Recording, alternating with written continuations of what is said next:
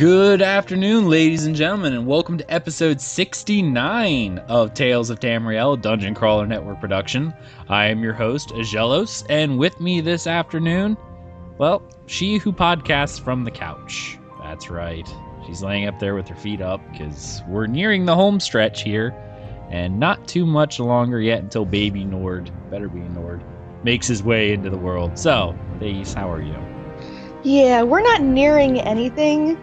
This is a it can pop any moment kind of deal from now on. And it's a baby Argonian. So, yeah.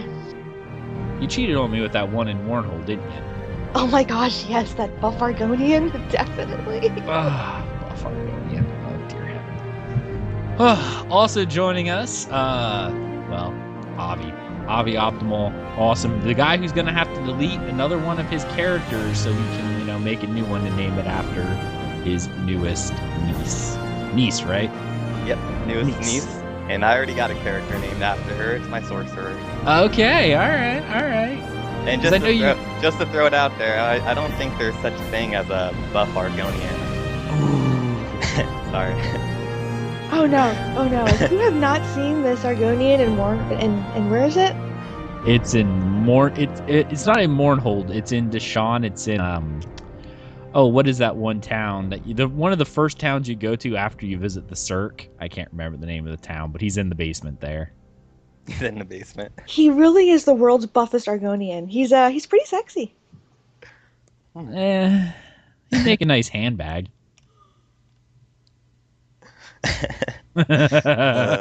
They do make nice handbags, that's for sure. Nice leather wallet. I need a new wallet. Gotta go find me an Argonian. What? I can cut off their tails. They grow back, right? Do they? No, they don't. No, you can't cut off an Argonian's tail and it won't grow back? It won't grow back. If you cut it off, that's it. Then now they are missing a tail. Oh. Man, we better ask the Loremaster. Yeah, right. They're missing a tail. I gain a wallet. I'm not seeing a negative. Yeah, I'm just saying. All right. Before we get into news, I want to say that this episode has been brought to you guys by awesome fans just like you, and as well as our newest Patreon supporter, Terry. Thank you so much, Terry. We really appreciate it. If you're currently not supporting the Dungeon Crawler Network and wish to help us out, consider donating or becoming a patron of ours on our Patreon page. You can find the links to both of these on the bottom of our website, dungeoncrawlernetwork.com. If you're unable to support us financially but still wish to support us, please be sure to subscribe to our YouTube and Twitch channels, leaving us a review on iTunes, and consider telling a friend about us. All those things help us out so much, and we appreciate it. All right. One last thing before we get into the news. I'm sure some of you may have heard, it's kind of been floating around the internet for a while, that Google, and the almighty Google that it is, and YouTube now has started a gaming stream service. So I'm going to be playing around with that, and I haven't decided if we will abandon Twitch, but it is Google. And Google overlords rule all. So, I don't know. I'm kind of interested to see how that turns out. Avi, was I talking to you about this? No, this is the first time I've heard about this. Oh, I could have swore it was someone over at DCN. I can't remember who it was exactly. Might have been Krabby. But we were talking. No. Actually, I know exactly who it was. And it's perfect because I haven't had an opportunity to announce, but we actually have a new streamer on our network who joined, Setsua. He joined us, and I know he was streaming quite a bit this weekend from PS4. He's been streaming ESO on PS4. So whenever you see him stream, he generally streams in the early afternoon. Was that him streaming The Witcher this morning, or that was Krabby? Actually, Krabby is Krabby, streaming The Witcher. Yes, he's working on a perfect playthrough of The Witcher 2 to import into Witcher 3. He wants to start. He already beat Witcher 3, but he wants to, when they release new DLC, he wants to restart. And one of the things that he's going to do is he wanted to go through and do the perfect save, because in Witcher, if you can import your save and it actually takes all the changes that you made before, or not changes, but every decision you made, and actually removes characters and does all this cool stuff. So he wanted to go through and make it like perfect. So Karabi's been working on that, and Setsuo has been doing ESO off of PS4. So I think he generally streams sometime in the mornings around noon-ish. So if you see DCN go live with ESO, hop in and check it out. Say hi, introduce yourself, chat. He's a great guy. But I think it was actually Setsu who we were talking about, and we found out Google is now doing essentially a Twitch version. So I'm actually kind of curious to see. I know Hitbox tried to jump in there earlier and, you know, throw their hat in the ring, but I mean, everyone was so ingrained in Twitch, right, that no one really wanted to go over to Hitbox, even though Hitbox offered a lot of awesome features. But almost everyone who has Twitch also has a YouTube, so I'm kind of curious whether or not this change to YouTube will actually, you know, make a difference. Yeah, I'm curious to learn a little more about this. Ace, you're shaking your head over there. What are your thoughts? I think it's a bad idea. Twitch already does so well. There's already so many people.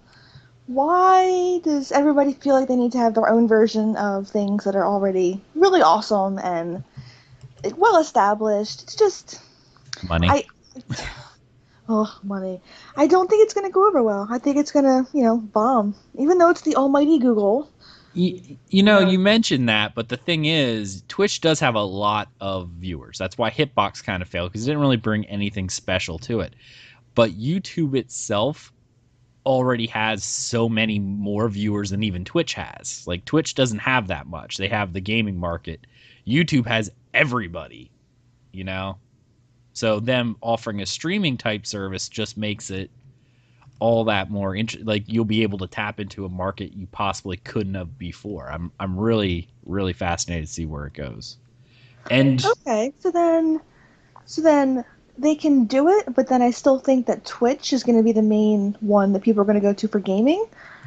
And people can stream anything else, but Twitch is still going to be the number one streaming for gaming. That's how I feel. Okay. Oh no, I mean, that's completely understandable. I mean, but yeah, it's I think a lot of the smaller streamers will probably jump to Google like right away, because let's face it, Twitch, while they make some money, did not have the resources that Google has. Google can pretty much do whatever it wants because it's Google. Twitch is only for video games, right? Yes. As this YouTube thing, it can be streamed for pretty much anyone who does anything on YouTube, so cooking or whatever, or yeah. Anything you wanted to stream, you could do from there. Yeah. It sounds like the YouTube's well. Gonna the get thing is, popular then. YouTube already has a type of streaming service for that, but they're actually releasing something called YouTube Gaming, which is going to be kind of like Twitch, where you could search for games and see people streaming them. Because yeah, like you could find a channel, and if you do a live event, people can watch it. I don't know how many people actively use it, but this is I think will be pretty big. So I'm going to keep my eye on it. So we may abandon Twitch, but I don't know. We'll see. We'll see how it all works. It could be total crap, but you know, Google throwing their money behind it, I highly doubt it will be. So, all right, that was a very long tangent, but still kind of related to the gaming culture as we know it. So we could start seeing a big shift in the meta there. But we're going to go right on into game news. And the very first thing we got for game news is a Battlemaster corner, and it is the Bloodleech Slayer. Now, Avi, did you take a look at this build? Because I was looking at it before the show started. Yeah, I've taken a light look to it. It's pretty interesting. A Nightblade tank build that focuses completely around dual wield. That's the one thing I'm thinking, like how I'm gonna go look at their bars one more time. Yeah. I didn't see any, and I only glanced at their bars. I really should have looked a little more, but I didn't. Sadly, Nightblade is the one class I have never played, so I don't don't know too much about the Nightblade class and their abilities as a whole. Okay, all right.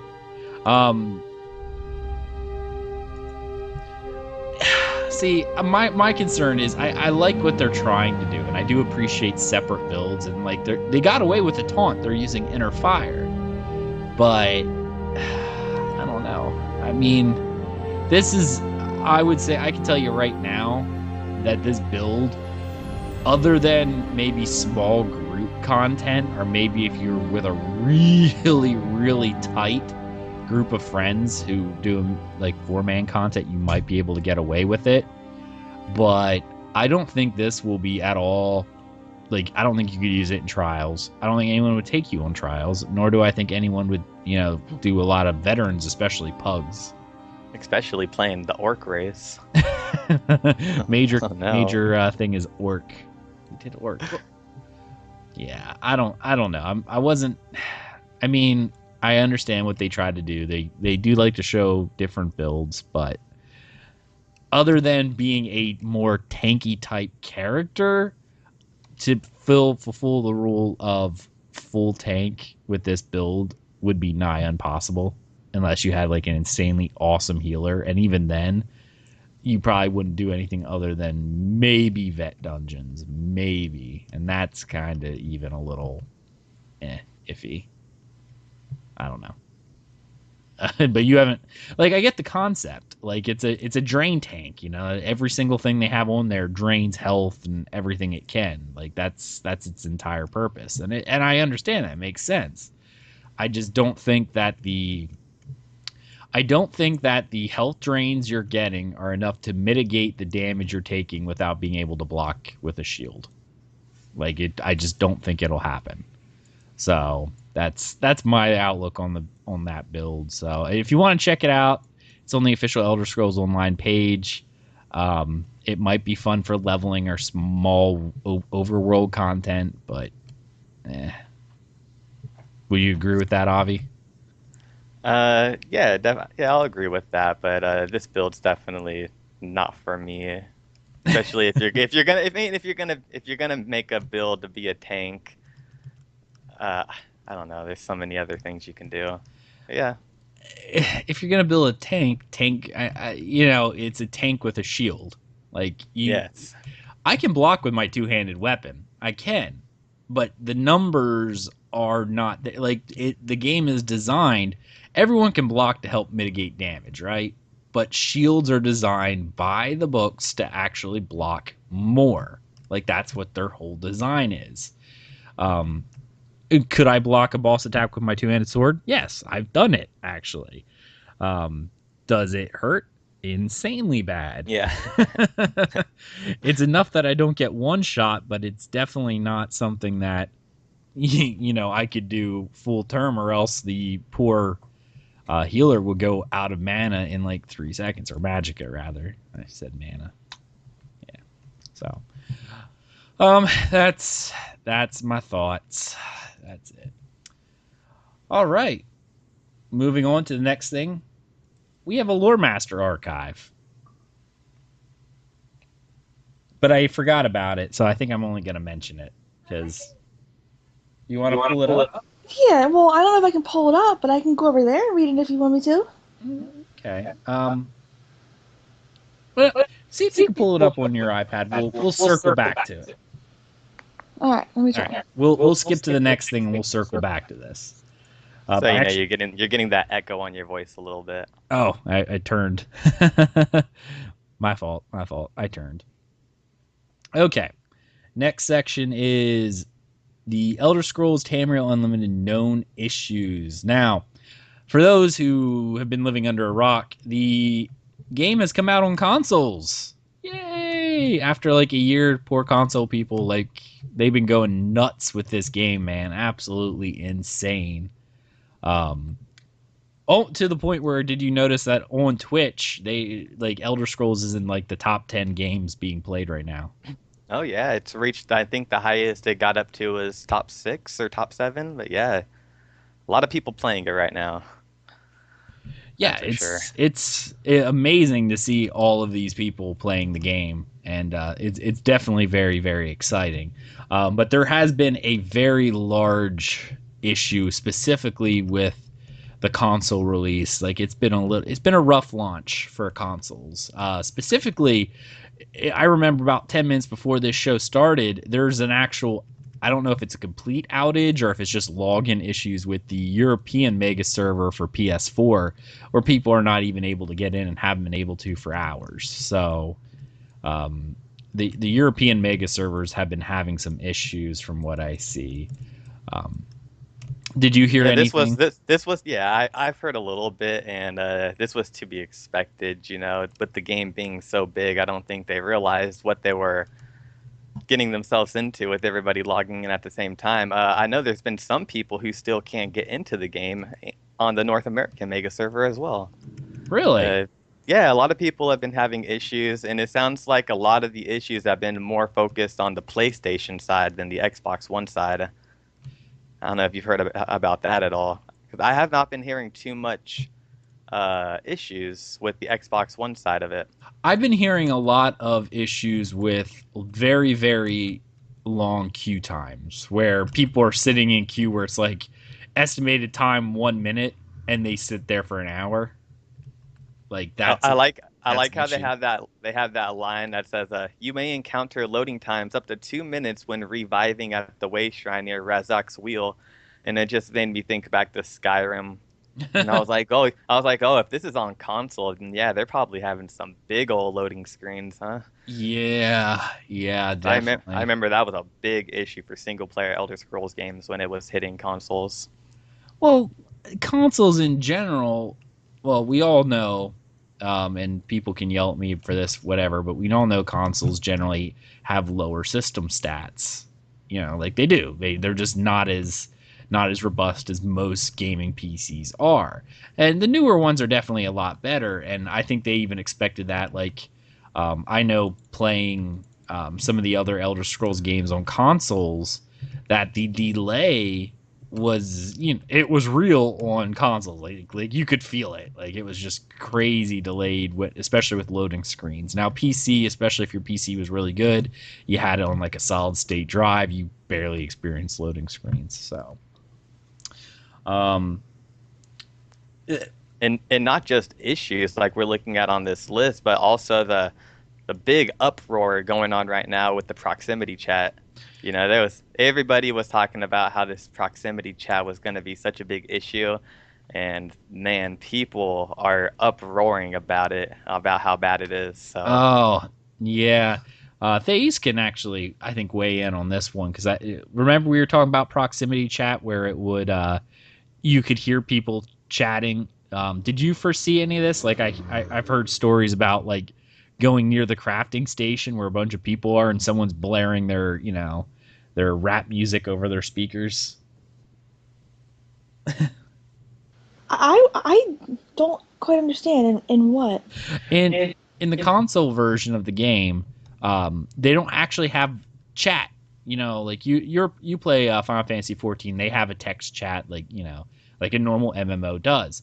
Elder Scrolls Tamriel Unlimited for PS4 and Xbox One has removed that. Now they have a quick chat kind of thing. Kind of reminds me of what Final Fantasy 11 did for like the multi-language thing. Like you could select, hey, do you want a group? Hey, do you want to trade? And you can, and it'll shout it above your character. But there's no actual way to type talk in the game. Everything is done through proximity chat, meaning your mic is always open. To an extent, I guess I should say. You can mute it, but in the game, like you speak through your headphones and people can hear you talk. There's no joining event channel. It's just if you're close enough to somebody, you can hear them talking. That is a terrible idea. Oh, that's gotta be noisy and annoying and oh gosh. Oh, all yeah, I can that's what everybody's saying right now. all I can think of is like whiny little 12-year-old boys just complaining around everything in every city. No. Terrible. If only it were just 12-year-old boys complaining. But no, like I literally have heard, you know, whole entire things of people like blaring gangster rap just over their headphones, because obviously people are playing, and some people play like, like they have stuff in the background, etc. But you will actually hear people's open mics because it's not a push to talk; it's always open. And like you'll hear them chatting with family or whatever when they come into the room. You'll hear their Netflix going. You'll hear whatever music they have playing whenever they walk around. That is horrible. That would make me not want to play on a console at all. Ever. It's just a terrible idea. I know there was a lot of complaints about why they just didn't put text chat. I know, you get it. Console players, they don't want to. They have, and I understand, but you don't have to. Final Fantasy 14, you can get a remote keyboard to connect to your thing. I know it's a pain, but you can do it. But it's one of those things where if you don't, like, I don't mind the proximity chat, but it really should be a group, not open world. It should be, group based only. Like if you're in a group with somebody, then you can hear them, but otherwise I would say no. Well, like, I know there's different settings, so you can switch to your group chat your group chat and only hear the people in your group, just like you can switch to Guild 2 or Guild 5 and only hear people that are talking in Guild 2 or Guild 5, which will exit out zone chat completely. So that's nice, but just for the people who don't have a guild, people who are new to the game and are coming in for the first time, and the only way to interact is through the zone of proximity chat. I mean, how hard would it be to even be able to say, like, looking for a trading guild without somebody chewing you out or yelling over somebody's music or something? What about the people who have speech impediments who don't enjoy talking out loud? What about them people? I would feel so bad for them. Like if they want to party or they're looking for something in particular, they can't type it out. They're forced to say it out loud. And if they don't speak, perfectly, I imagine that being quite traumatizing and embarrassing for them. Oh, I agree. I know we've had several friends who even went, after a time we got to hear them speak and whatnot, but people with a type of disability like where like you said, speech impediments, cleft lip, things like that, where it affects your voice, they don't like to talk with people that they don't know because they're afraid they'll get mocked. And of course there's and I remember Mistress LeBeau said this as well on Elstra's Off the Record, the fear of, and we all know it's out there, girls not wanting to talk because, oh, you're a girl, Pixar GTFO kind of thing. Like, and that, it's sad. Like, you think it's funny, but that happens a lot because we like to try to break the gaming stereotype. But let's face it, the majority of them out there, that's how it is. My goodness, I forget what game did I log into the other day. I forget what it was, but I logged in, and the first thing I saw in trade chat was looking for girl to Skype with. It's like, why? That has nothing to do whatsoever with the game. Why would that matter? But that's what they're doing, and that's intimidating for a lot of people, and people don't like to do that. So I know there's a lot of controversy with that one. We'll definitely have to keep up with that one. I know there is a forum post for everyone who's suffering from these right now, and they're giving updates, which is the one thing I will say. ZOS and in greater relation Bethesda, we all know, for those of you who've played any Bethesda game, I think it's part of the hallmark that they get released buggy, because how many unofficial patches have been out for like Morrowind and like the other games that just fixed them when they came out because they were buggy messes. Like Skyrim was a buggy mess when it came out. Neither one of these developers have the best track record of releasing flawless games. But they're very good about fixing them, or the community fixing them. And in ZOS in particular, they may release a bug-ridden thing, but they're very quick to highlight it, and they do keep updated. Like I'm looking right here, when I wrote this down, they've updated this list since I first put it in here. Updated as of like today for queuing system, etc., etc. So rough launch, but it doesn't seem to be stopping the people playing, because obviously not, because it's insane how many people are playing this game right now. So it was beating out Hearthstone last I looked. Yep, I saw that. Oh, that's funny. That's funny. All right. Did you find your thing? You did. All right. Would you... All right, we're going to go to the section that we skipped earlier, because now that Thaís has her thing, we're going to go back to the Loremaster archive. And would you like to read Cheeses of Tamriel? I would, actually.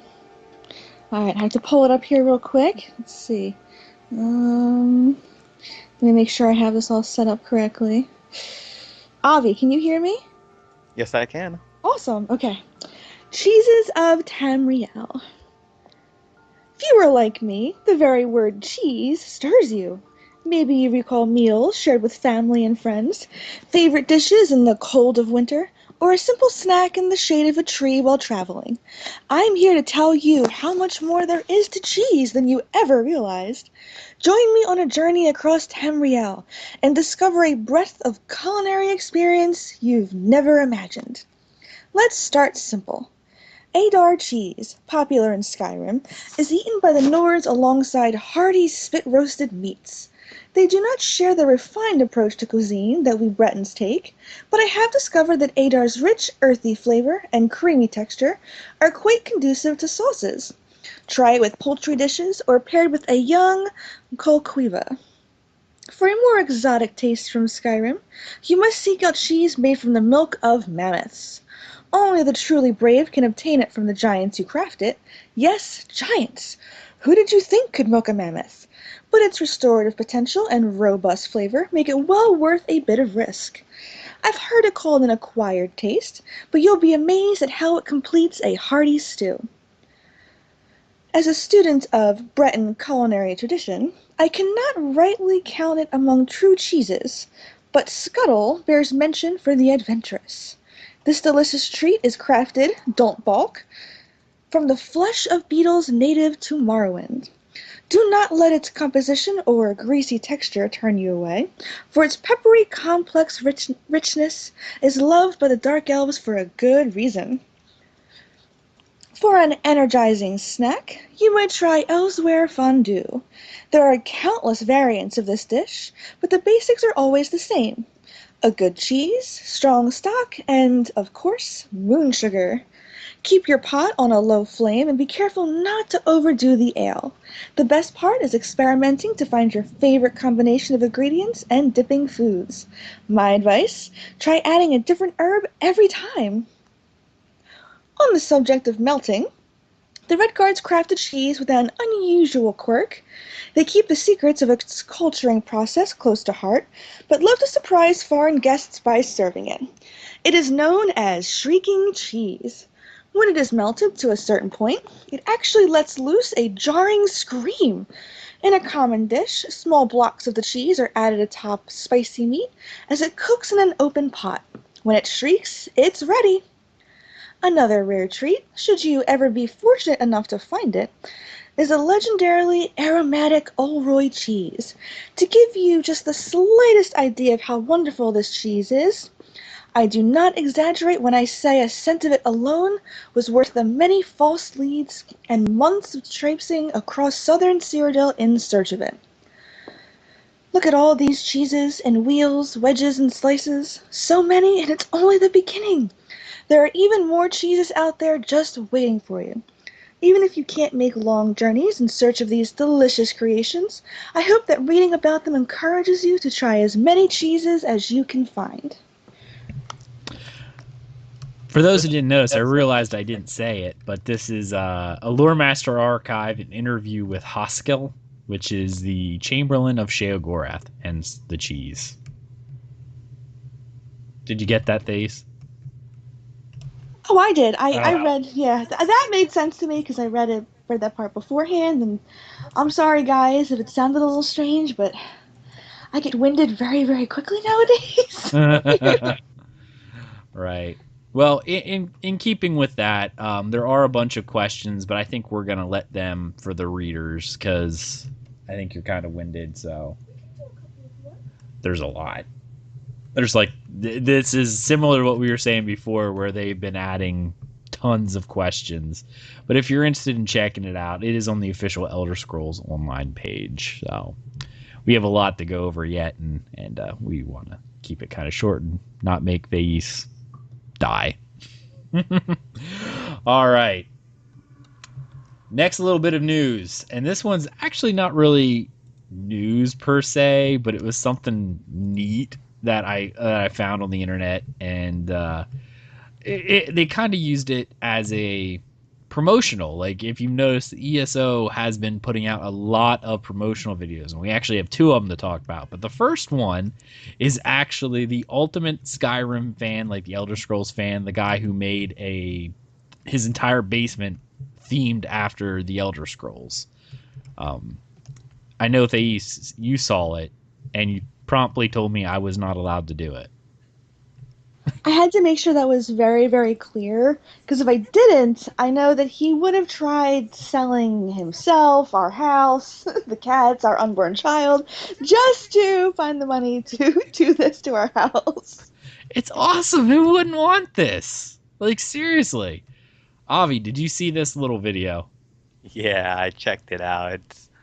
That's my little heaven down there. Would you not want that so bad in your house? Like, I love it, and I'm just saying right now that video is really hard to pay attention to as soon as they show you the picture of the guy's house. Like, when he lives in this house and they show the house, it's like, oh, no wonder his basement's that beautiful. yeah. I love how he has the Skyrim map on the table with the crossbow sitting right on top of it, and he does the very realistic Skyrim style things that you see in the game, like how he has everything set on the tables and placed. I love it. My dream home. I would live in that basement alone. That's it. That's all I need right there. We would need a house with a whole bunch of different rooms that we can decorate, because we would need an Elder Scrolls room, and a Zelda room, and a Final Fantasy room, and a Witcher room, which would probably just be a brothel. Oh yeah, totally brothel. That's all you need. Brothel and a Gwent deck. That's it. That is it.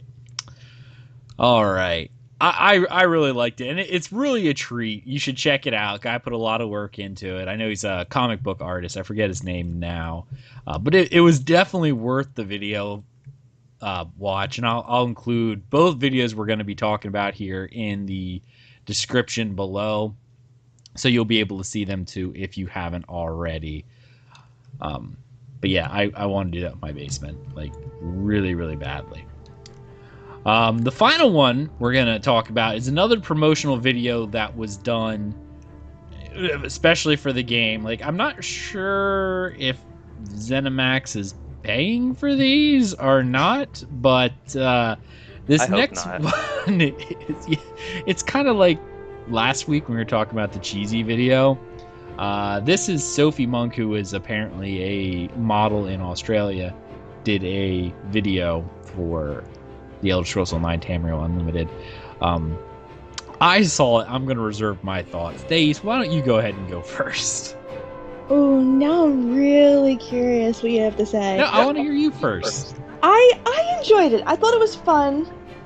I don't think it really delved a lot into the game. It was more or less just something like fun, and that alone was enough to make me like it. And I thought she was attractive, and of course the accent. I mean, come on. But it was good. It was good. I enjoyed watching it. I think I actually enjoyed watching that little like spoof commercial more than looking at that guy's ridiculous basement. Okay. All right. I want to hear your thoughts, Avi. Tell us what you're thinking. Oh my goodness. I really don't know what to say about this video. I didn't like it. I don't like the idea of these whole dumbing down our game is what I kind of feel like it makes it do. I hate when she says you can go climb a mountain and you can go swimming. Who nobody's doing that in this video game. It's like they're completely trying to make this eye candy for the Skyrim and single player people, and I understand that. I think that's awesome. But it's just a matter that when those people do come and play this game, they're not going to be able to go climb a mountain, and they're going to realize that swimming in this game is actually a lot more annoying than it is fun. So, in my opinion, I didn't like it. I think it's funny, and I think it's humorous, and I think it's normal console entertainment when it comes to their style of commercials. Okay. Now that I hear him say all that, I see where he's coming from. I guess I can kind of agree when you look at it that way. But just on the humor scale and the fun scale, I did enjoy it. Because it was supposed to be something fun and silly, and I don't think it really was trying to promote the game as a whole. I think it was just supposed to be exactly what it was. Just something fun. You get to look at a pretty girl, and yeah, that's what it seemed to me. And I think he's nailed it right there. You know what? What I was gonna mention was this reminded me, like I get they tried to be funny, but it came off corny, which can be funny at times, but that's kind of what it was. And as you were saying, they only showed off like 10 seconds of actual gameplay, but this was very reminiscent of the commercials that World of Warcraft did like 3 years ago, the What Is Your Game, where they had all these celebrities come on and randomly go, like they had, what is that? I'm a night elf mohawk. yeah, like Mr. T. Mr. T, there's no mohawk. You think Mr. T's not good with computers? Hack the game. Stuff like that. That's what it reminded me of, was that series of celebrity commercials. Where did they actually play the game? Highly doubt. Like, I really do. Does Sophie Monk play this game? I don't know. Would it be cool? Yeah. I doubt she does. She probably got paid to do it, as per what she does.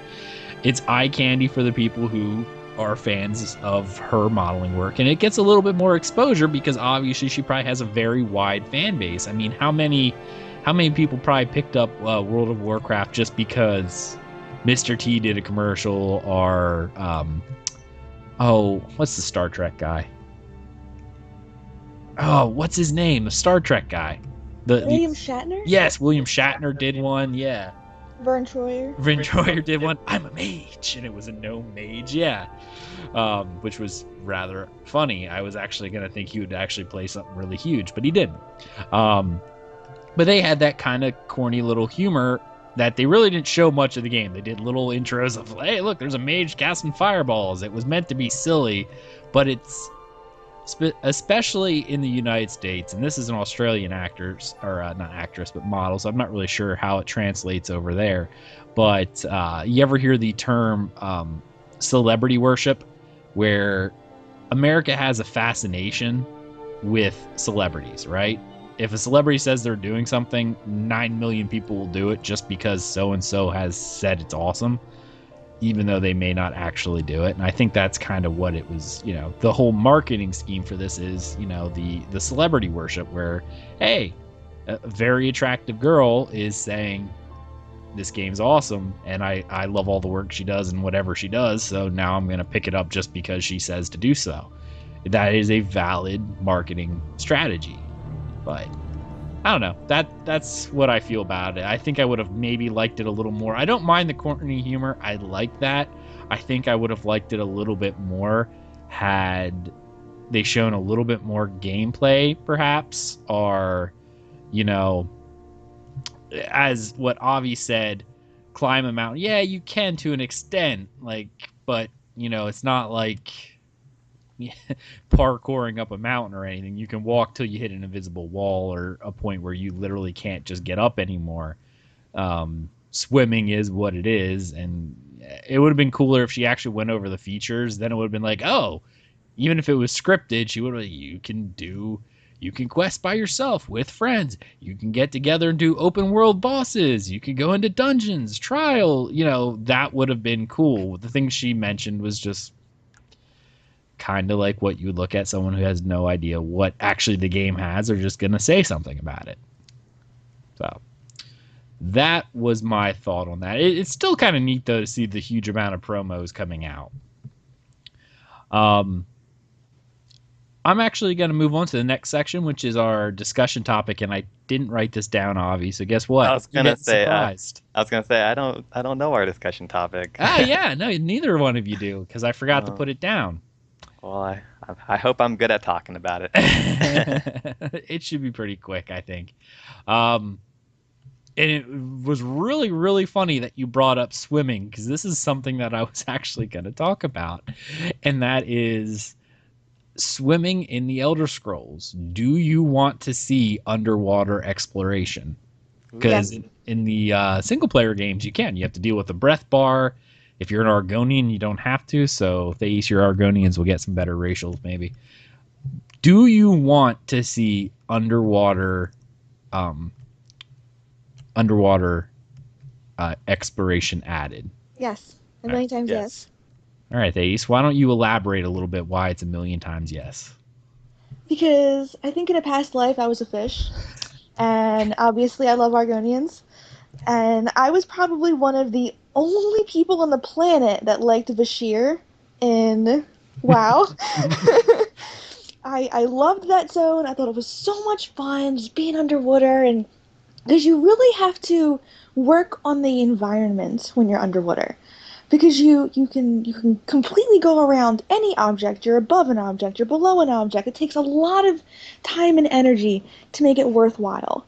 And Guild Wars 2, I think, did an amazing job. Even though, again, most people disliked it, I was probably one of the few who loved it. But if they do it right, it's going to be beautiful, because it means that seaweed and everything will move with the waves, and the water already looks gorgeous in this game.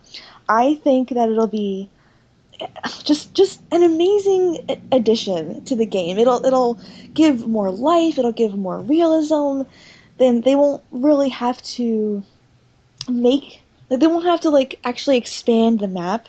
They kind of have to like go under the map, and I really, really hope it's something that they do. I would have so much fun with it. Think of all the underwater plants you can pick and all the new monsters, and it'd be great. All right, Avi, what are your thoughts on underwater exploration? Well, first off, let me just say I would love it. I think underwater exploration would just fit this game so perfectly, especially now that we're in a place where we're not stuck in a certain place in Tamriel like Skyrim or Morrowind, so we only have their water to explore. In this game, they can do so much more to the underwater, putting underwater cities, adding places. Like, I'm not sure of the exact name off the top of my head, but like the place where the Red Guards came from that supposedly Yakuta? sunk. Thank you. Supposedly sunk underwater. There's so many places that they can open up the map to and explore, and we can go see. Oh, it just makes me so excited. Not like when back in the day with Skyrim, where you go underwater and it's so awesome, but all there really is to explore some sunken boats and finding a chest here and there. So I think all the things that they can do with underwater exploration would just be amazing. Okay. Now, how would you feel if they had a dungeon that was purely underwater, though? I don't know how that would work. Like, can I still use my Dragonite abilities of fire underwater? Well, let's just say that you can. Like, for some, because you're magical and that's magic, you can. Here's something I'm going to interject real quick, because this is a good question. Added with that, dungeon completely underwater. I like it. However, I do not want to see what Guild Wars 2 did. And I get the idea they wanted to make underwater exploration something different, so they added, you don't have to deal with a breath bar. But it turned out that in that game, people just didn't like it. It was a spam mechanic. Underwater things were just not fun in that game for the majority of players. And I say for the majority, so don't yell at me here, Thais. Is your hand up? You want to say something here? You want me to finish this thought? No, my hand's numb, so I'm holding it in the air. Gotcha. All right. That's my biggest concern. Underwater people tend to have issues with underwater because it's navigating in a true 3D space, and that's very hard for some people to actually do. I like the idea, and as you said, for an underwater dungeon, would I like it? Yeah, but I like the idea of you should never remove breath bars. Argonians, they can get a speed buff or whatever, but breath should always be something that you have. And part of the dungeon should be you gotta wade through, you gotta do the dungeon, you gotta fight everything quickly, and then find a spot where there's an air hole or something. Like you could stop there, raise your head up, get air, and then continue on. I have to disagree about the Argonian thing. I really feel like Argonians should be able to breathe underwater, or at the very least, their breath meter should be 5 times as long. And I'm fine with that racial of Argonians can breathe underwater. Well, I wouldn't say completely breathe underwater, because if everyone else can die that way, I guess, I don't honestly don't care. If it's one dungeon, does it really matter? Like, oh, so the rest of the team has to go up for air. All right. As long as since trials are no longer timed, I don't think it matters. Because if this were like an underwater trial, like I could see them doing like in Murkmire or something, and it was still timed, well, then it would be kind of unfair. Everyone has to roll Argonians or else you can't go, because we need to not have to stop for air. But it should be point-based, obviously, as it is now. And so I don't have an issue if Argonians can breathe underwater 100% of the time. I don't really care. It's not so they can't drown. But other characters should have issues. Like they should have to go up for air, find air holes, or maybe even have an item that they can bring with them, like what ancient Greeks used to use, which was actually just a lamb's stomach, I think it was, where they took it and filled it with air, and it was a very primitive scuba device where they would actually hold the air in the lamb's stomach, and they would be able to breathe out of that. It's actually really fascinating if you look at it. I remember seeing it on a documentary about I think it was like Greek sponges or something like that. And they were talking how people used to farm them way back before any modern equipment. So it's something that's interesting, and I like the idea of it, and I like the idea of being able to explore, because it was always something very fascinating in Skyrim or Morrowind where you would be going through a dungeon or something. Remember, you could do this in various different areas. Witcher did the exact same thing, and I like that, is entire areas were sunk. Like you'd be going into a Dwemer rune and it got flooded, right? So like, oh, well, we know there's more of the wing, but that entire area is flooded. You can actually swim down. You'll be able to swim up to find air holes, and you'll be able to, fight bosses and fight things that are in the water. I like that. I think you can do a lot.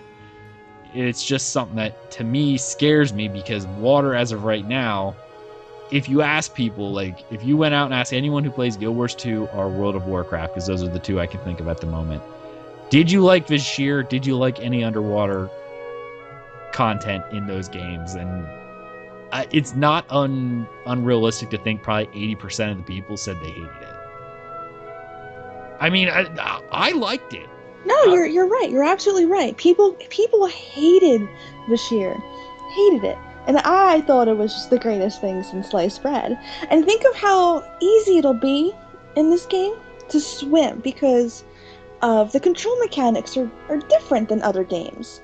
It would be relatively simple to be able to navigate a true 3D space with how you control a character in this game. Even when you talk about the 3D space, I mean, people eventually got used to that with flying in World of Warcraft, because that was navigating a 3D space, but they didn't have to worry about, running out of air. I think people complain till they see it, and I like the idea of being able to swim. So I was kind of curious what you guys thought. Yeah. I don't get how fighting underwater would work. I know you guys have probably have more of a vision in your head since you've seen this in other MMOs, but every time I keep on trying to picture swinging a two-handed sword underwater, it's like, oh. Well, it would be kind of interesting. Hmm. Here's something that they could do. And this is something Guild Wars 2 did. They added underwater weapons, which were in that game. Now, that game was a little bit more quite steampunky, but some people use spears. If they ever want to introduce spears, fishing spears, and stuff like that would be an interesting item to use underwater. They also added tridents, spear guns. Like they had a whole array of underwater weapons. Right, but spear guns wouldn't fit in this universe. That's why I only mentioned the spear. But yeah, a trident would. Trident's like a 3-pronged spear. But yeah, no, I mean any number of spears. Like people were already asking, hey, can we get spears in the game? It'd be kind of neat to see spears as an underwater type weapon. It doesn't even have to be solely underwater, but it would be something that would be kind of neat to have underwater, right? And I know something for the people who don't use magic, for them to be able to use that might make a little more sense underwater. Well, magic can be used pretty much anywhere. Well, that's what I'm saying. Magic's perfectly fine because it's magic. But when it comes to the people using the dual daggers or the two-handed weapon, switching the weapons around for, like you said, a spear or something, yeah, that's a really good fix around right there. Right. Even if you can't necessarily conjure fire underwater, they could easily change that to heat, just like pure heat, instead of it being like a flame. Like there's ways they can do it, and I think if they did it, they can definitely do it the right way. Especially with how they want housing, but they're not saying anything until they get it just right. I think that they could do the same thing with underwater. Okay. Given if underwater is something that they would bring in, do you feel like it would be okay to change certain weapons to underwater, or that they work better, or do you feel people would have issues? Because in World of Warcraft, for instance, that had underwater zone, everything worked just like it would above land. There was really nothing other than the fact that you were navigating in a 3D space. Guild Wars 2 made it a little different. Melee people got spears, and range people got tridents that would cast magic. They were almost like staves. But with Elder Scrolls being what it is, like you could swing your sword in underwater in Skyrim. It's one of the slower. Yeah, you could. Oh. Couldn't really attack on the surface, but when you're underwater, you could. People are always going to complain because that's just how humans are bred. And I don't necessarily agree with changing the overall function of a particular weapon just for use underwater. Like you mean like changing how a one-handed sword works completely? Like it can't be used on land anymore? It's just for water? Is that what you mean? I think I mean any weapon can be used under, but they give bonuses to like spears, for instance. So you could attack with a sword, but like it attacks slower because obviously you're slashing through. Well, I mean you're slashing through water, which provides resistance, more resistance than air does, right? In that case, I think it would be a good idea. Maybe they have to like think about what different kinds of weapons would benefit this type of world. Because what you said, a spear gun just wouldn't make sense. They wouldn't be able to do that in this game. But there's other things they could try, and changing how some of the weapons work so they make more sense underwater. I would be on board for that, definitely. Okay. Avi, do you think changing weapons or forcing people into very specific weapons, such as spear or trident for underwater, would that cause issues with this game? Yeah, I think it might cause some issues. I like the idea of it. I just don't think in the state that the game is right now that it's a good thing to implement. Okay. All right. I'm very curious to our listeners. When you listen to the show, please leave us comments below. Let us know what you think. I want to know what you think about underwater areas. Do you like them in games? Do you not? I know my major concerns. While I would love to be able to swim under the water, I really would. Because even in a limited sense, it'd be nice to be able to swim underwater, watch your breath bar, and go, "Oh, I got to swim down there. There's a chest down there." That was something that was just kind of fun to do in Skyrim. Um, I think personally, I think that would probably be the better bet. Implement the ability to swim under the surface of the water and wait to see how people react to it before you invest a lot of time in underwater zones or things to explore, because who wants to waste development time on something that in other games so far has been like universally hated? I agree with that so much. That's perfect. That's exactly what they should do. They should just add in like diving, underwater exploration, but do that before they add in things such as underwater battles or underwater fighting, underwater dungeons, anything like that, and just add some more things for you to explore and find, like more provisioning items, stuff like that, loot and just looting and exploring other places. Implementing that into the game before they implement and they put in dungeons and underwater fighting combat and stuff like that. Right. Yeah, it's definitely something that I know. Like, while they added these cool things, and it was really cool at first when they were talking about it in Guild Wars 2, but it just turned out that even though I thought it functioned insanely well. Like, I really did. I thought it was good. The majority of people just did not enjoy it and would try to avoid it with everything within them if they could. So, Thais, what are your final thoughts on this before we move on? Do it. This game is the perfect venue for underwater battles and dungeons, and I think it would go over so well. Maybe not for everybody else, but for me, it would go over so well. Okay. Well, that's one of those things where it's like,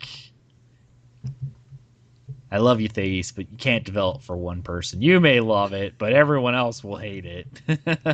But I do hope they implement it, at least in, at first, a limited fashion. I love the idea of going into like a Dwemer ruin and it being underwater or partially underwater.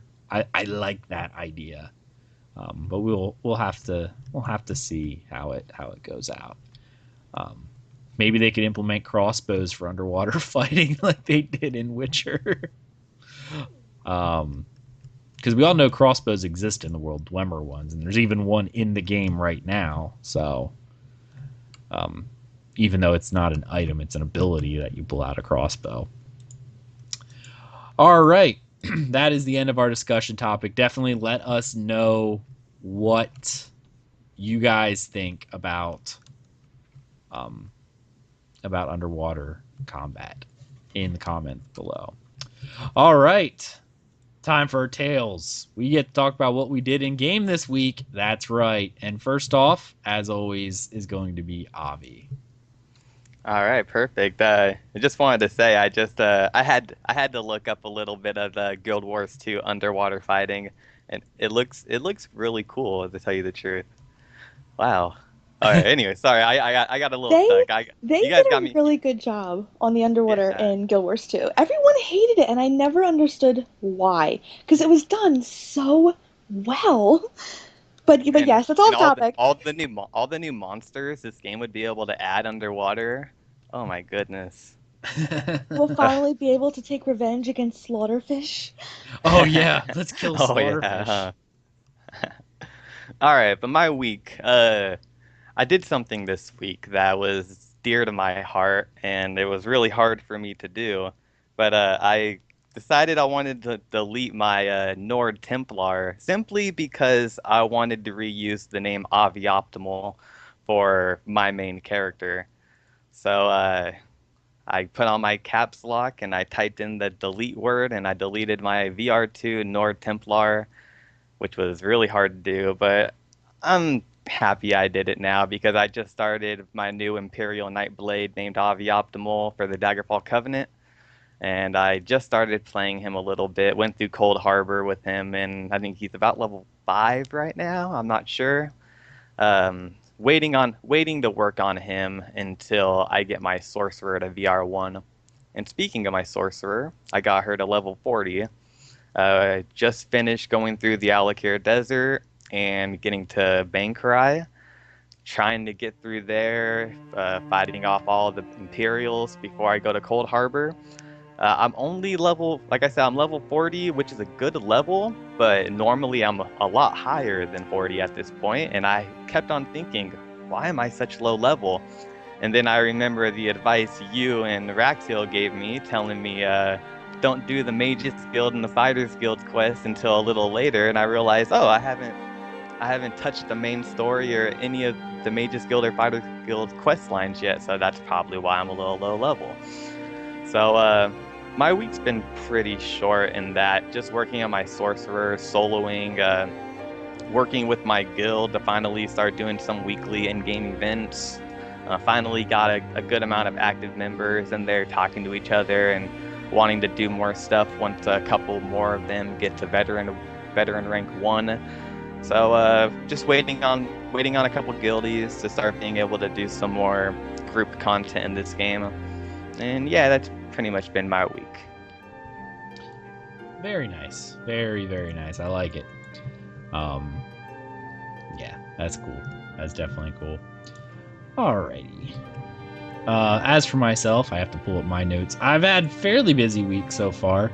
I've leveled my Sorcerer. She is now 37, I think, and is about halfway done with East March. And I actually healed my first set of dungeons on my Sorc at level 36. It was a scaled up one. We did Fungal Grotto, Banished Cells, and Spindleclutch. That was a lot of fun. Like, I had a lot of fun healing, and no one died. So, you know. I know she's looking at me, what, did everyone die? No, actually, other than this one person who I would have expected better gameplay off of, because they were a former emperor. And I get the idea of why they were the way that they were, I guess. Like, every time they would get attacked, what would they do? They would line of sight. Well, that's perfect in PvP, but the monsters then just go running off after them and keep going after them again and again, and they can't get away. And I don't know. I find... it was just something that was very, very difficult. They died fairly because I just couldn't get near them. I couldn't heal them, and they were so far away. I had to make sure the tank was up, the other DPS was up, and they were all together. And this guy would just stand in the farthest range you could possible, and then would line of sight the monsters behind like walls, run back hallways when he got aggro, and it's like, okay, well, good luck. And if I ran after him, the other two guys would get destroyed because they weren't within line for me. So that was kind of difficult. And at first, it started getting really, really tough doing that, until I was like, you know what? Listen, buddy, I kind of resigned in my head, going, I'm going to heal the tank, and I'm going to heal this other DPS that are right here. And if you're going to run away, you're taking your own life in your hands. I mean, that's not the best healer story ever, but that's how I took it. If I'm not going to let two people die who are by the boss or by the majority of ads to chase down one person who's running back down hallways. Thace, what... I know that's something, healing is dear in your heart. Is that a decision you would have made? To not follow him? Yeah, like if someone's line of sighting, like you're in a room and you're fighting a bunch of mobs with like your tank and your other DPS, and the one DPS, anytime he gets aggro, he essentially trains the ads out of the room. Oh yeah, then he deserves to die. Because if you're not going to stand with the group, then you're not getting healed. Yeah. Because I can't go running after you every 10 seconds because I either let one moron die, or I let two good players die. Like what is the better option there? Obviously letting the one moron die, who is not understanding how he's supposed to play in PvE. Like I think if you have aggro, you run to the tank, you run to the healer. You don't run away. it's not, like, I understand in this game you got to be mobile. It's not just being mobile. He was literally line of sighting, and I think almost like we said, he was only 36. He was a former Emperor. He was probably got it in the PvP campaign, the non-vet campaign. And in PvP, that type of play style works, but as you said, I think he just didn't have the idea of playing in a PvE environment rather than a PvP. In PvP, line of sighting sounds completely logical, but training the monsters to you is going to be an issue, because then the tank can't taunt them. They're out of range. The group's running all over.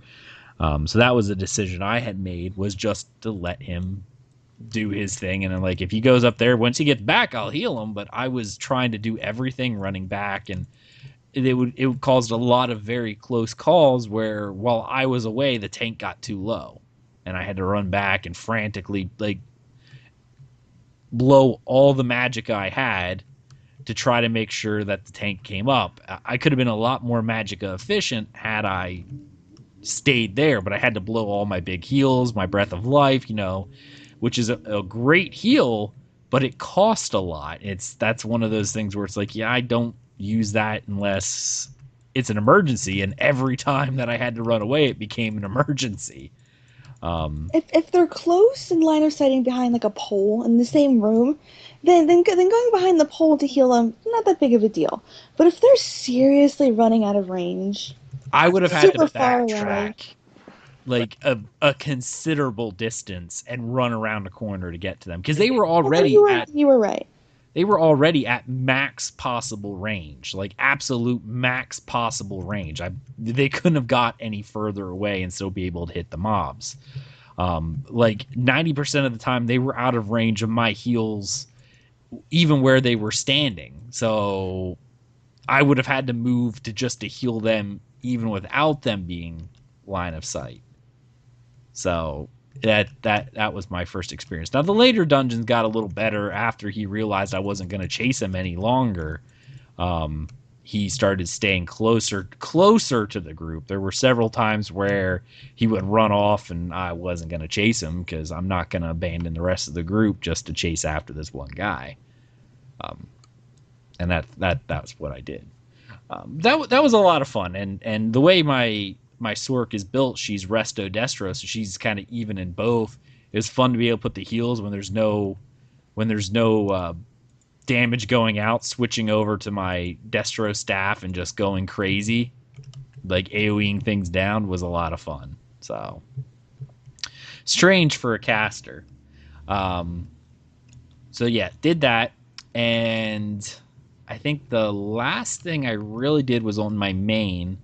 I downed Hellra Citadel with the Dreadlords Guild again. So thank you guys for bringing me. That was a lot of fun.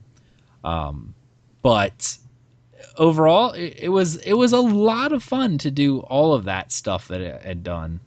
I have now finished every single one of the trials, with the exception of the hard modes. I think that's the only thing I'm missing yet, is the hard mode of all the trials. And that includes DSA, because I finished DSA as well. I think I talked about that last week. So other than the hard mode stuff, all current content for me is done, other than questing. I still have a lot of questing I can do. So that's really exciting. It's also exciting now consoles are released.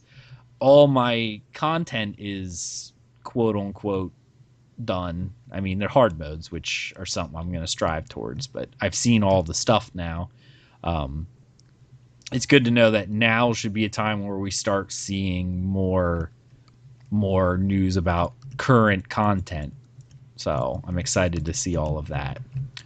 I am working on, if anyone wants to help, I'm looking to buy Ravager pieces. I have the chest and the pants, but I need the neck and both rings. So if you happen to know anyone who's selling them, please send me a message in game. I need to buy those to try to get my DPS up a little higher. But yeah, that was pretty much my gameplay this week. So as soon as baby Nord pops out and we get used to him when his sleep schedules are, or lack thereof, Thais and I will be able to continue our trek through Bankorai, so that'll be a lot of fun. But yeah, that is about it for this week for news. We're going to move on to our next section, which is our emails section. We got a lot of emails this week, and thank you so much. I love getting emails, so this is not a complaint in it at all. I love this. First off, my thing's in the way. Now I can't see it. And there's a fly in my room. Wonderful. There it is. First one. Hi, Aggelos. Following the recent episodes of Tales of Tamriel, episode 68, and the DCN podcast, episode 1, I had a couple of comments to make. By the way, I completely agree. Children of Horin is a great book. It is. And I'm very sad that Christopher Lee passed away this week, because he read that and it was amazing. So I'm very, very sad and in mourning that Christopher Lee is gone. Firstly, if you have any questions about Lotro, feel free to ask me. I really do appreciate that. He went on to say how he has a character at higher levels. So, and the main reason why I wanted to read this is because there's a lot of good points in here and things I wanted to talk about. I have to agree with Esteldian, however. The gameplay is very grindy, and upon moving to ESO, it was a mass relief to experience a game that flows a little better. Due to the nature of the game, free to play with purchase content, many older zones in the game were abandoned by Turbine in favor of developing newer zones to earn money. Some examples are Angmar and Misty Mountains.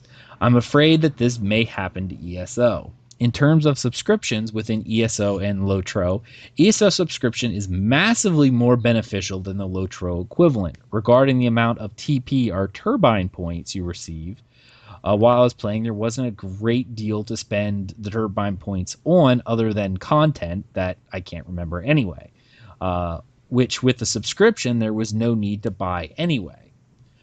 What you may not have noticed is that with Lotro subscription that you gain access to all the monster play PvP classes, so which would not normally have access to unless you purchase them. Let me see here. I want to keep reading. Okay, I think that's the rest of that one. And that email comes from Mingza. There was more to the email, but it was more concerning with Lotro because I was talking about Lotro in one of the other podcasts. And thank you so much for that email. First off, let's talk, guys.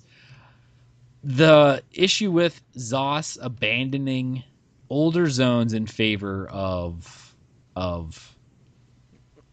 adding newer content and DLC. As Mingza said, and I'll say this first and you guys can weigh in, the difference between Lotro and this one is Lotro is completely free to play where they nickel and dime you for everything. You enter a new zone, in some cases, you can't even do any quest until you buy the quest pack for that zone. Like, it's nickel and diming to no end. Whereas ZOS, on the other hand, with the buy-to-play model, you get the base game for free as it is, and it contains everything. I don't foresee that ZOS doing that similar to what they did there, other than, well, I guess in an extent they did do that. They're doing something very similar, but it maybe is a little bit less intrusive, because obviously when you're playing the game now, I didn't know how far Lotro extended, because I obviously haven't got very far in it. I don't know how far into the game it goes before you start having to buy the quest packs. I'm not sure. I think that might have only been the later zones, but I could be completely wrong. But something very similar will be happening with ESO, because when Murkmire comes out and Rothgar and all these other areas, they are going to be DLC, which you can't even enter the zones or do any of the quests unless you buy it, or have a subscription, which grants you access to it all the time. So it could be very, very similar. I don't know. It feels different. Do you feel different? about that, Avi? Well, I've never played Lord of the Rings online, but I don't think that they're gonna abandon zones. And for the simple fact that a lot of the zones' surroundings haven't even been given to the game yet. And once the history and lore from Whiterun gets brought in, it's going to bring in controversy with the lore from Windhelm, which can have them come back to older zones and produce more content. So I'm sorry if that wasn't your exact question. I got a little lost, but I don't see them abandoning zones, and I really hope they don't, because just the thought of that kind of scares me a little bit. Thais, do you think that Zos will abandon zones, meaning just like, and Avi, you did perfect. That's exactly sort of like what happened in Lotro. They stopped updating the zones at all. Like even the content looks older in the other zones than the newer ones because they weren't making money because that was the base game that they released. Do you think that they will abandon old zones completely? Like what we have now is all we will ever have, or do you think they may go back and revamp them if something happens? I definitely think they'll go back and keep track of old zones. Because considering the lore and the fan base and how important every zone is, there's no way they're gonna let them just completely go stale. It wouldn't make sense to do something like that. In other games, oh yeah, definitely. But in this game, no. I really don't see it. And if they did, I would honestly be surprised. All right. Yeah, I see. I'm with you. The buy to play and free to play, as much as people seem to get them, everyone's like, oh, ESO is free to play. Well, no, that's not. It's buy to play. And I actually have a great example because I do play Maple Story, and that is entirely free to play. But every time they update, they revamp every single old zone. They change maps, they fix maps, they update, mobs and things that drop rates, and they take care of the entire game as a whole, not just new sections. And that's just a silly little 2D game. So to think that a game as big as this is not going to go back and take care of older zones is just preposterous. okay. Um, yeah, I can't remember what I was gonna say now. Do you remember what I was saying? I'm so sorry. No, that's okay. It's fine. I do it to you all. I was. Buy to play versus free to play. When there is a difference between the two, between buy to play and free to play. There is, because there's still the difference between why Turbine would not go back and revamp the older zones in Lotro is because they make no money off of those, because anyone can download the game, create an account, and play without paying a single dime. Why would you update the zones that do not earn you any money? Conversely, with a buy-to-play model, someone's still throwing down the $60 to get the game. So there's an incentive to keep that stuff at least fairly fresh, or at least updated. You wouldn't abandon it completely, because later on down the road with MMOs, we all know it's not about first day box sales like a lot of other games where it's like, let's just get our money up front. These games grow and evolve over time, and therefore they're going to want to make sure they stay at least somewhat relevant, because if they're not, then people are going to abandon it, and that's just what's going to happen. People will abandon your game because they're like, I'm not going to buy that. It's terrible. Like the DLC is great, but the first zones haven't been touched in 5 years, and it's a real chore to get through to get to the actual good content. And that's actually what I hear about Lotro, is the fact that while the gameplay, at least the end gameplay, is like really good, like the later stuff that they added is good. Well, yeah, it's because they earn money off of that and they put a lot of time in it.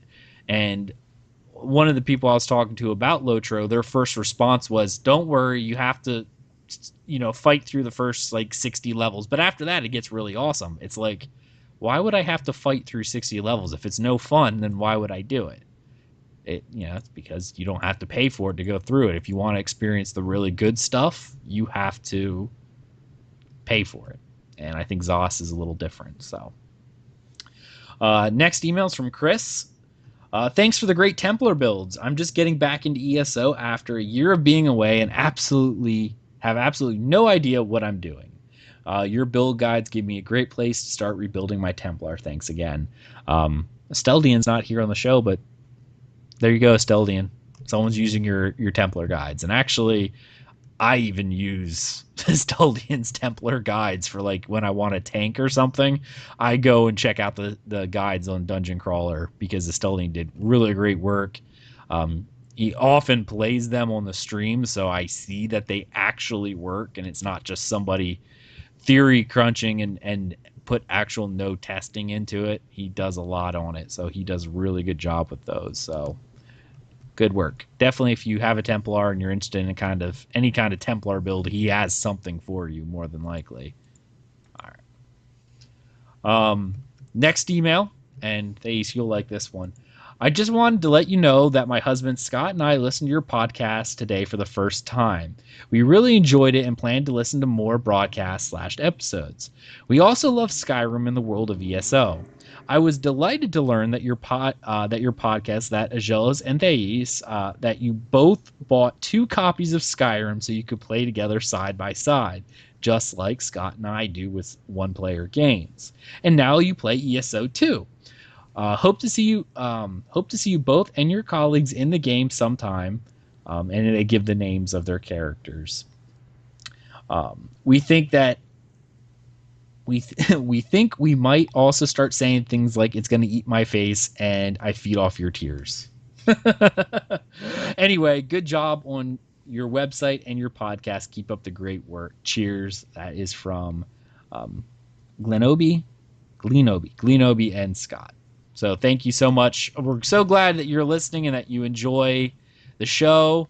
And yeah, definitely one of the best things and what actually, more or less attracted me to Thais when I met her was the fact she liked playing video games, and that was something that we could bond over. It's something we actually do together that we bond over. We like doing this stuff together, so it's a lot of fun.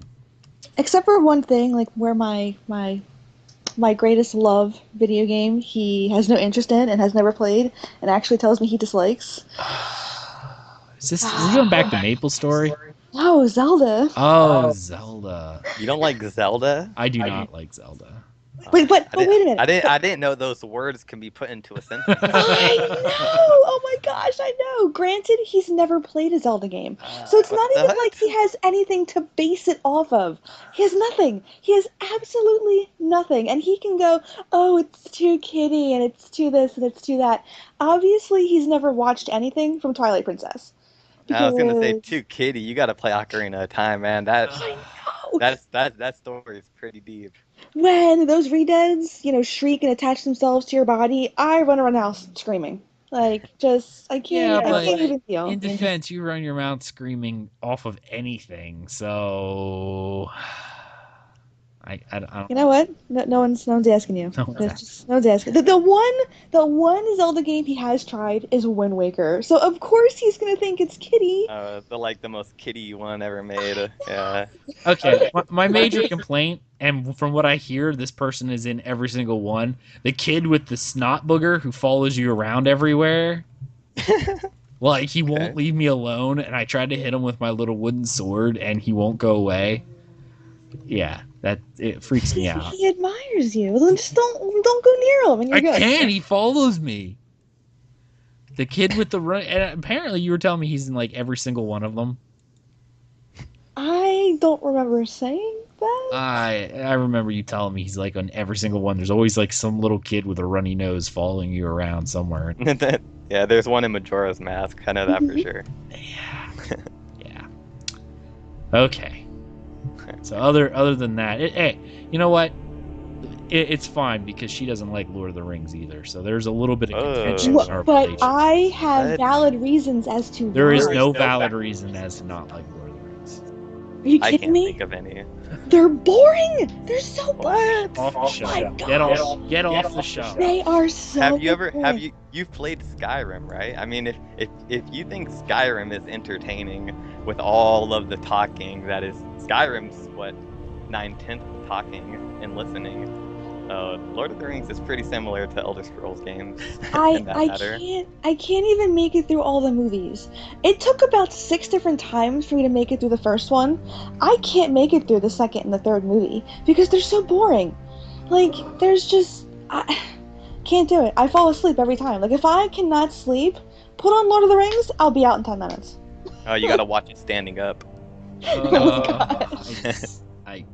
I don't even know what to say about that. But at least I have valid reasons. No. You have no valid reasons for disliking Zelda. No, there's no valid reason. Zelda would not exist if not for Lord of the Rings, okay? Just saying. Actually, that is really not true because Zelda is based off of the creator's love of adventure from when he was a child and how he would explore all the woods and stuff surrounding his house, which has nothing to do with Lord of the Rings at all. Lord of the Rings brought around the fantasy genre for everybody. It made it mainstream. Just saying. That's it. No. Isn't this an Elder Scrolls show? It is. No, I'm just kidding. Not arguing about Lord of the Rings, but this is something in there. All right. Next question. This one, I actually got an email from somebody, James, that's his name, who is a console player. So welcome to our console player friends. And he had several questions. And obviously, this is something I've actually had a couple people message going, I'm console. I don't quite understand some of the terms you guys use. And I will try my best to try to make it a little bit more obvious. With MMO terms, it's one of those things you'll learn them as you go along. You'll play, and that's just something you'll learn. There's actually a really good guide, if you will, on the official Elder Scrolls forum, which is like a comprehensive list of all the acronyms MMO gamers use and how they work within ESO. It's really, really good. So definitely, I would say read through it if you're new to MMOs in general. But there was like a list of 15 questions that this person had about Elder Scrolls Online, and I wanted to read them all out, even though I emailed them back and answered them, because I thought it was, a lot of other people may be having similar questions. So this is for all of our new console friends who just started. Maybe this will help out. First off, I started as an Imperial Templar, and I'm worrying about build and such.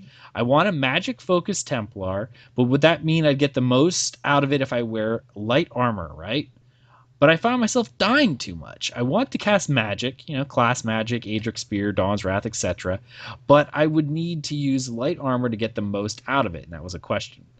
I'm just confused on how I should spec and what to do. I'm level 12 Imperial Templar using a sword and shield. And I answered this off the bat going, light armor is where you get the most bang for your buck, obviously. Now, while you're leveling, it's better maybe just to do a little bit of mixing and matching. But if you were a pure number cruncher and you wanted to cast magic, you'd want to actually use like a Destro or a Restro staff, because that would just augment your magic. And obviously everything you're doing is magical based anyway. The damage from your sword and shield is not affected by your magic stat. So using a Destro staff, like a destruction staff or a restoration staff, or both, would be beneficial for the type of player you're looking for. Now, as I was saying, a full 7 of 7 light armor is the way to get the most out of, your numbers. However, as you said, you could be quite squishy at that point. But for light armor, the minimum that you need to activate all the passives, and this works for every type of armor in the game, is 5.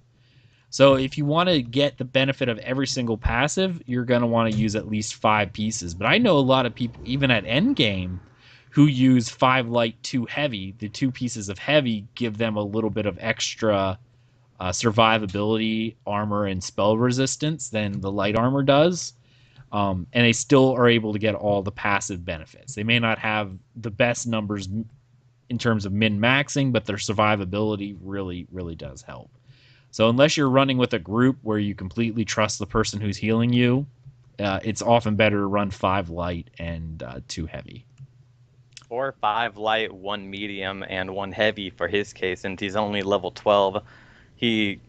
For James, you should really focus on, since you're such a low level, really leveling up all the different things while you're low level. Just a little tip that might help him, Oh yeah, no, absolutely. And another thing is, as you're doing dungeons and stuff like that, there's a passive called the Undaunted passives, where you actually get bonus stats for wearing 1 of every type of armor. So what a lot of people do is they wear 5 of whatever their main would be. If they're a tank, it's 5 heavy. If you're a melee DPS, it's 5 medium. And if you're a caster or healer, it's 5 light. But then they wear 1 heavy and 1 medium, or 1 of each other type. So that way they get the bonus stats. That is another option that you can do. And that's something you can work out later. That's not something you really have to worry about leveling. That's a pure number cruncher near the end of the game. Some people find the 6% extra stats to be beneficial. Some people go, I'd much rather just have the raw damage of a pure 7/7 build. So. And also, I'm just saying, Imperial Templar, if you put on a bunch of medium armor and you switch from Magicka to Stamina, put yourself a nice big 2-handed sword in your hand, you won't feel squishy ever again. This is very true. Absolutely Yes. very true. I play Templar myself. It's not Imperial, but I play Templar myself. And medium armor, 2-handed weapon. Oh, I never feel squishy. Ever. Yep. Yeah, I have an Imperial Templar VR7, and yeah, he does not feel squishy at all with his 2-handed and medium armor. Next up, me and my friends got the Imperial Edition, but one of my friends only got the Standard. He doesn't have a horse. We went to the stables, and they sell different ones. Are some better than others? Or are they all pure aesthetics? Because there's a 10K one and a 40, and the others are 42K. Is there a difference between them all? And what about Guar mounts? Before the game transitioned to buy to play and update 6, all the horses had their own unique stats that you could level up. And so certain horses were better. Obviously, the 42K ones were better. They had better stats. But that has all changed in the most recent update, where it's now a character riding skill. So all mounts, regardless of price, whether you buy them on the Crown Store, aka Guar, Senshi Tigers, horses, anything like that, whether it's the 42K one or the 10K one, it's all the same because it's all based on your riding skill now. So the prices were never updated to reflect that, but before they had different stats. But now, since it's a character riding skill rather than the mount skill, it doesn't matter any longer. It's just what you like in terms of looks. And if you're just starting, get with the cheap horse, just so he has something. Or throw some crowns at it.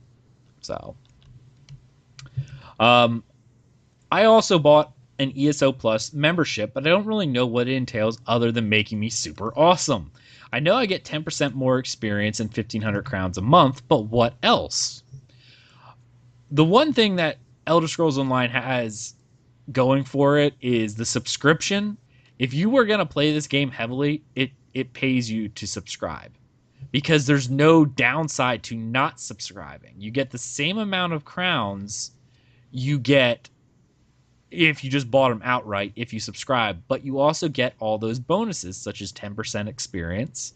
You get 10% extra gold drop. You get 10% inspiration, which is the crafting experience, and you get 10% reduction to your research time. So whenever you research an item, it takes time to learn how to craft it, and you actually get a further 10% reduction added to the passives that also reduce it.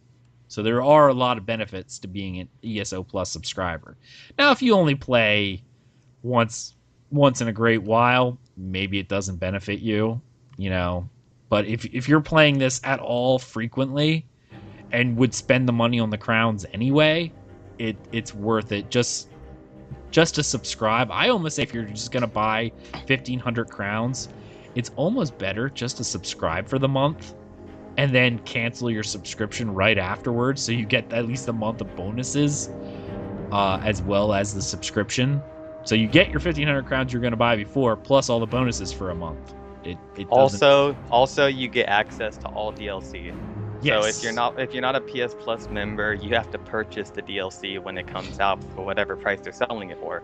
If you're part of the PS Plus membership, then it comes free to you, but it's only rented. So as soon as you're not subscribed for, say, the next month, if you don't subscribe again, then you lose access to all of the zones they've added since then, but you do get to keep all of the loot that you found in those zones. Absolutely.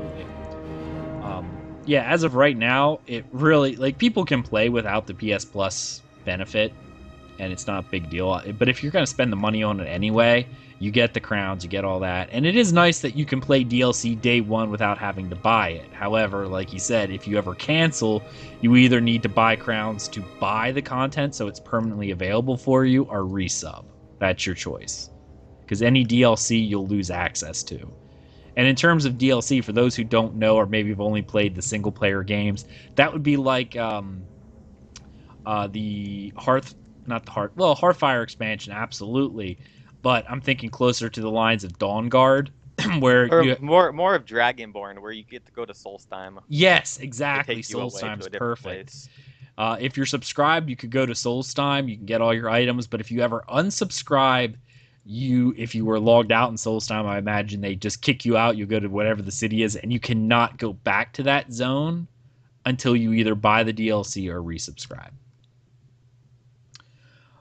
I was killing monsters, and one dropped something called Shimmering Alit Bezor. It's a blue item bound to my character, and I have no idea what it is. P.S. The merchants give me 13 gold for it, but I'm not sure if that's the best option. These are collectible items. There's a lot of like, if you open up I'm actually going to open up right now. If you open up your achievements menu, there is a section under, where is it? Trophies. It's called trophies. Each one of these things in here allows you to collect these different items, and those are those items you found. They're rare, and when you get them, you just right click and use them, and it gets added to your achievement list, and it crosses off the list.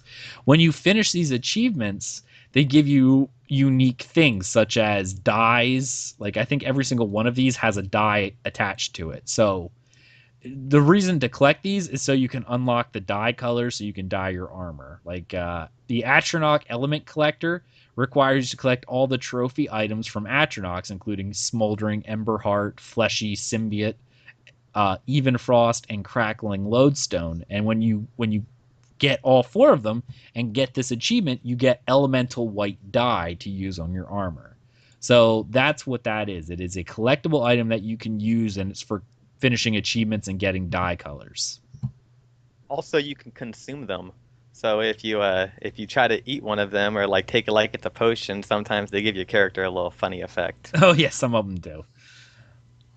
Crafting. Help, tips. I've been experimenting and I've learned a lot, but what is useful? Is provisioning really needed?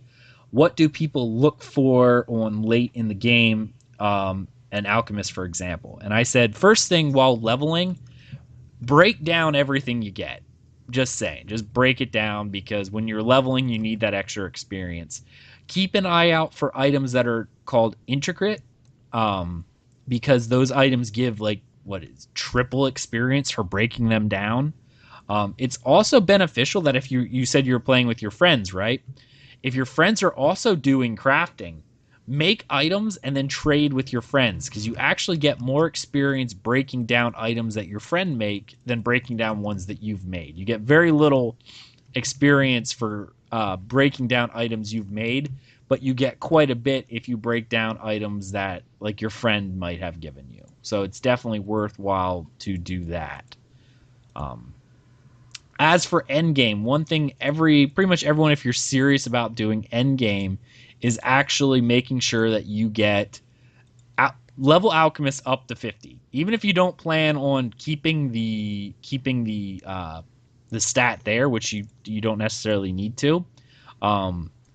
you want to put points in something called medicinal use. It allows your potions to last longer, and you'll notice that in endgame, like the rating and trials and stuff like that, you're chugging potions, and the longer they last, the better. You just get better benefit. As for crafting items, of course, it's something that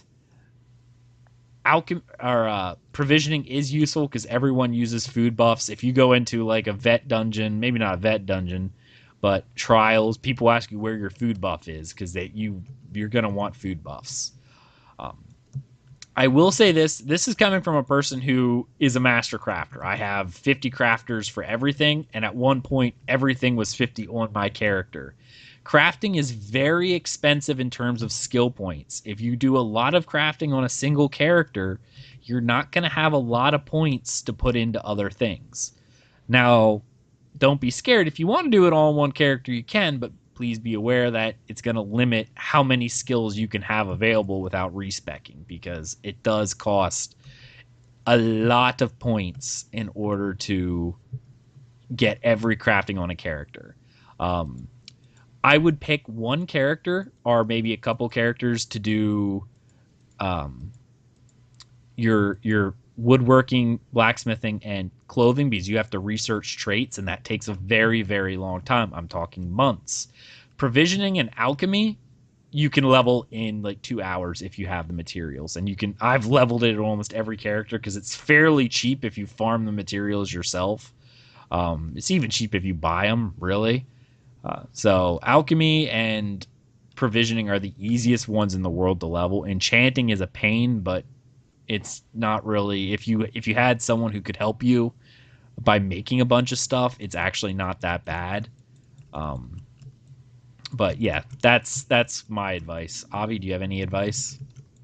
Well, my only advice is when it comes to enchanting, just break down every glyph that you find. That will help your enchanting a little bit, because that is definitely the most frustrating out of the craftings.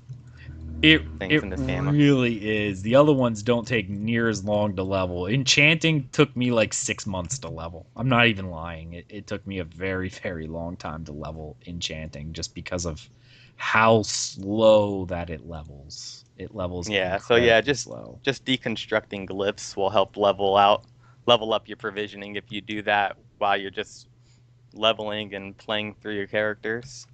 Right. Absolutely. And you find them all over the place. So. Yeah, definitely break them down, because they really don't sell for much. Like, don't ever vendor them. Get in a trade guild and sell them if you don't want to break them down, because you can sell them for more than what a vendor would buy them for, because people will buy them just to level up enchanting because it's such a pain. But don't ever vendor a glyph. Either break it down to level your character or sell it to someone else that they can level theirs. Don't vendor it. I found a couple of motifs already, and I've been keeping them in my bank. When you learn them, are they account-wide or only character that they're used on? They are only done on the character that you're used on. So if you have a motif or anything like that, when you learn it on a character, make sure you learn it on a character that you plan to do that crafting on, because it is not account-wide. They are all character-bound. Which goes back to the last question. If you do have 3 characters and one is doing woodworking, one's doing blacksmithing, and the other is doing clothing, you're gonna have to find the motifs for all 3 of those characters. So that's why sometimes it's better to do maybe two of the craftings on one character, so you don't have to find so many motifs. I've done the 3 main ones: woodworking, blacksmithing, and clothing on my main character, and I still have tons of points. So 3 is very doable, and you'll be able to do a lot. Any more than that gets rough, because all I have for the other stuff are the passive kind of things. Like I have medicinal use on my character, which is only a couple points. Stuff like that from other crafting, but I put a lot of points into the other ones because obviously I'm learning those skills, and therefore I need to make sure that they're, I have them. So yeah. When you equip a piece of armor, that you find, can you tell what race style it is? Does it tell you anywhere, or is there a way to check? I understand how motifs work and how you start off crafting with your own race, but is there a way to tell a difference somewhere like on the armor? No, there is currently no way to tell what an armor piece is by looking at its like tooltip or anything. It's just something you learn from experience as you go through. But there are websites out there like ESO Fashion, which you can Google search. You'll find it, where they took screen caps of everything so you can see what it all looks like. But yeah, it's not written on the armor. The other thing you could do is if you didn't need it, you just look down and went, wow, that looks kind of neat. You can break it down and possibly get the crafting material that was used to make it. Because as you know, everything needs a crafting style material added to the recipe so you find out what it is. Like Dark Elves, Dunmer are obsidian. You could break it down and then it would tell you what it is if you got the piece. Now, it's not guaranteed you'll get it, but it has a very high drop chance, so I don't see why you wouldn't. Next up, guilds. What level do you join? You have to be to join a guild. Do you guys have a guild on consoles? And how many guilds can I join at once? You can join a guild at any level. It does not matter what level you are. You can join it right from the start. The Tales of Tamriel Dungeon Crawler Network, we do not have a guild on consoles. And you can join up to 5 guilds at once. And I wrote this in the email.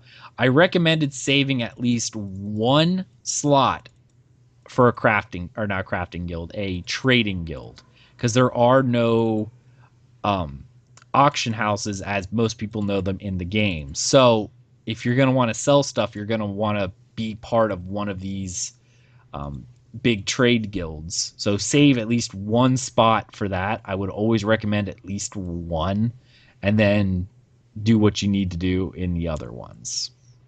Man, I just thought about it. If you don't have zone typing chat, it's probably pretty hard to sell any of your stuff if you're not part of a traders guild, huh? Yeah, on console, it would be pretty difficult.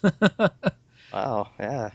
Yeah, it's definitely is going to be difficult for them. So that's why I always recommended saving at least one spot for a crafting guild, or a trade guild, because it is like that's the only way to sell in game. Find yourself a nice big one, join it, and then go from there. And I think you don't even have to really interact with the people. I mean, most trade guilds, when you look at them, that's how they are. Like our guild, we're a social trade guild because we're part of, the DCN network here on the PC side. So we chat with everyone, but our guild started out as a, place for all of our community to go.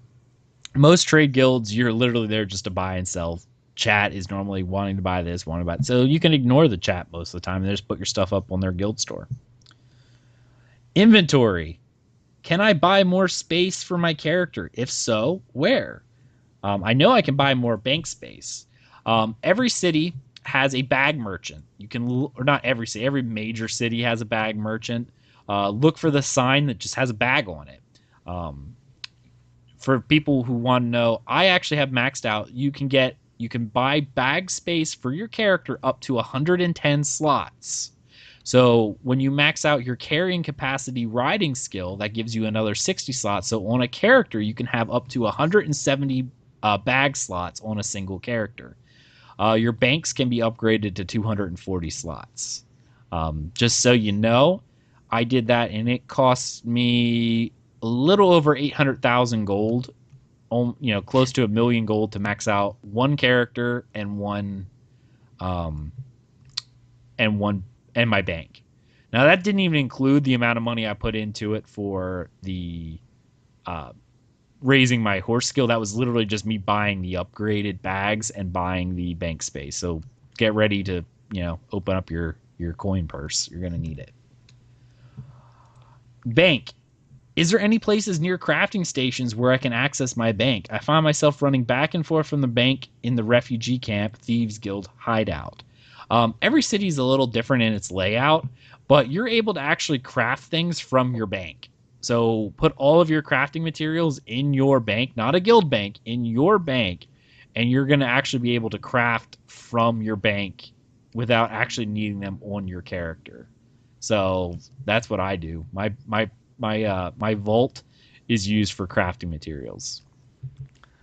I didn't know that for the first couple weeks or month or so playing this game, and that was so frustrating carrying all my crafting materials, thinking, how's this supposed to work? So, yeah, that's definitely a good thing to know early on. Oh, definitely. It took me a little while to figure that out either. I was sitting there messing with it, and I would carry all my stuff, and I threw everything in my bank one day, and I went to craft one simple thing, and all of a sudden I started noticing, wait, I can craft all this stuff. This is all in my bank. So that was helpful. With the latest update, is stamina viable in endgame? I'm guessing that consoles and PCs are on the same update, or is it still the Elder Staves Online? As of right now, stamina is actually stronger than Magicka in most cases. And this is as of 2.0, Tamriel Unlimited, Update 6. Both are still very viable. Like, they're not so far different like they were before, where if you're a stamina user, you're not going on trials, you're not doing anything like that. They're actually close enough that their damage is comparable, but in terms of sustainability, stamina is ahead. So stamina can do just as much damage, if not a little more, and can actually last longer than Magicka users as of right now. Now that may change in a later update, but at least right now, for the first time, the game really is play what you want to play. Like, you don't have to be, the Elder Staves Online, as obviously you've heard us say this. You don't have to play a pure, Magicka class if you wanted to be stamina. Now, there is still a right way to build your character, and certain abilities are pretty much worthless, but you can be a stamina character now and do good damage. So it's definitely much better time in Tamriel and ESO. What level do you recommend I go into PvP for? I'm scared to go in there and get rocked by veteran ranked people that transferred from PC, as I'm only level 12. I'm assuming that the console has the same campaigns as we do, but there's a non-veteran rank campaign where no one who is level 50 can go in it. I recommend going in there whenever you want. I mean, it's nice that they added that, because there is no veteran ranks allowed in there. So definitely go in there and check it out. You'll have a good time. Do that whenever you want. Definitely fun to try. What are glyphs and runes for? I know one is enchanting, but one is the other. Are they both used for the enchanting? They are actually both enchanting. Runes are the raw resource used to create glyphs. Glyphs are the final product that gets added to weapons and armor. 14? Yeah, number 14. Sometimes I see people wearing cool stuff and wonder, what is that and how can I see it? Is there a way to inspect a player like there was in Destiny, where we can see what they're wearing? No, there is not any option in ESO to view another character's armor or anything of that nature. However, we are a very friendly community. I've, on various occasions, have seen someone run by with an awesome item, and I would whisper them. I've actually got whispered several times. And go. We're just a very friendly community. Ask. People will. I've never met someone in this game that's ever refused to tell me where they got something. I have in other games, but not this one. I've actually had so far as people telling me exactly where it's at, how I can go about getting it. So we are a very friendly community. If you see someone walking by, something super awesome, send them a message. Go, hey, I love what you're wearing, dude. Where did you get it? What are you wearing? And most people will be more than happy to tell you what they're wearing. Isn't that right, Avi? Yeah, but how can you whisper somebody when all you have is proximity chat? Well, I mean, you can probably see their game tag and be like, hey, so-and-so. I hope. That'll be awesome. I just didn't know if you were talking about that, and it got me thinking, I I haven't heard if whispering is still in the game on console. I don't think it is, but you can get close enough to the person and Oh yeah, quote unquote they had that whisper whole them. chatting thing where you can walk up to somebody and say something, and I think if your character's like walking away, the voice fades. Yeah, it does. Yeah, if you get Okay. close enough though, just reach out to the person. Now, Yeah. again, this is based off the PC community, and now I'm not saying that the console community is any worse or anything like that. It's obviously the people playing, but I haven't had experience with the console, and specifically, and I wrote this message, and I really didn't think about it with the proximity chat. It might be difficult to find out if people either have their proximity chat turned off. And I don't know how, maybe people would be a little bit, I don't know, like proximity chat, it's easy to type something to people. It's not as easy to talk to people. Like some people kind of get weird about that. So I really don't know. Like it all depends on the person, but I mean, generally from the community we've had so far and the community that we've had follow this game, I can't see someone being angry for, wanting to find out what they're wearing, because no one, at least in the PC community, is at all like that. Final question, Crown Store. So I found out from a player that the Crown Store on the PC is actually different from, and has more items that they sometimes rotate. Do you guys know how often they will rotate things in and out? Well, the reason why it's probably different right now is because our store has changed since, like 2 times since the store was introduced, and I'm sure they want console players to be able to get all the same stuff that we had prior. So they're probably introducing it in the same way they introduced it to us.